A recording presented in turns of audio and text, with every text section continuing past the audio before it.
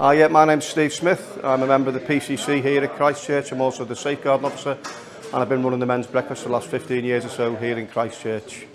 So every third Saturday of the month we have a breakfast just for the men, I'm afraid. Really successful. We have a full English, lots of bacon and sausage, nice and healthy,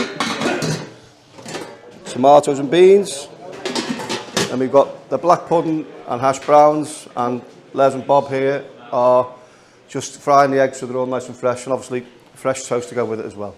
So we started men's breakfast about 15 years ago, really just to increase the men's fellowship within church, and it's grown over that time. So we now have lots of men who come along, some men, who live on their own, some men who are married. We just have a real good fellowship, good talk, very short talk, understand things about Jesus, and then we have some fellowship together, talk, enjoy good food, but also it's a really good opportunity to bring people who don't know Jesus yet. So we really encourage our men to bring, people who just want to get to know Jesus a little bit. It's a really good, nice environment to do that. So we do obviously at times have ladies who ask, why they can't come along to our breakfast, but we do try and explain that it's the opportunity for men to have that fellowship. Men need that conversation sometimes with each other. We have lots of opportunities for ladies to meet. We have ladies' lunch, mothers and others and things. So, and also, there's no reason why the ladies in our church can't do a ladies' breakfast as well. But we think it's important just to maintain that ability for men, to talk to each other. We know that men aren't great at sharing things sometimes. So, just when you've got men together, it's a lot easier to do that. And we've built those friendships and networks over the last 15 years where people are able to do that.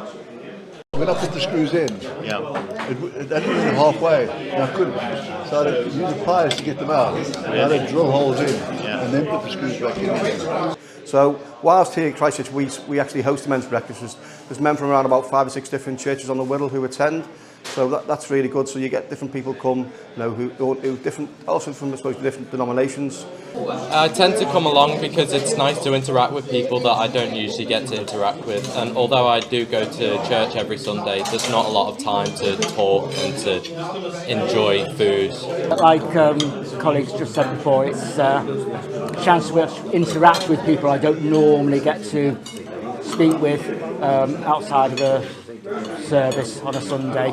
I'm also a regular at this church, but it's also a good chance to actually meet with people from other churches. After breakfast we have a talk, lasts about 5 minutes, and a prayer on various topics. This year we're looking at men on a mission from various Bible characters.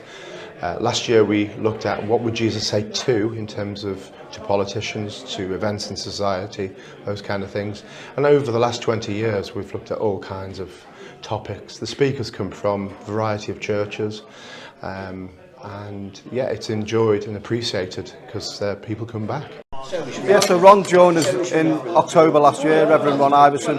He's our speaker today. I think since he's been here in October, it's been great. He's such a relatable guy. He lives in the real world. His preaching is excellent. You can hear a pin drop in church on a Sunday.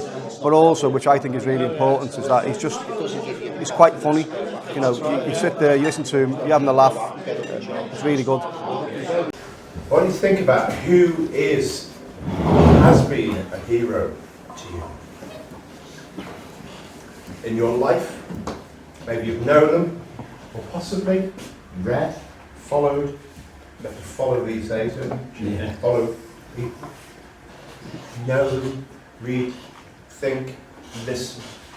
People you admire.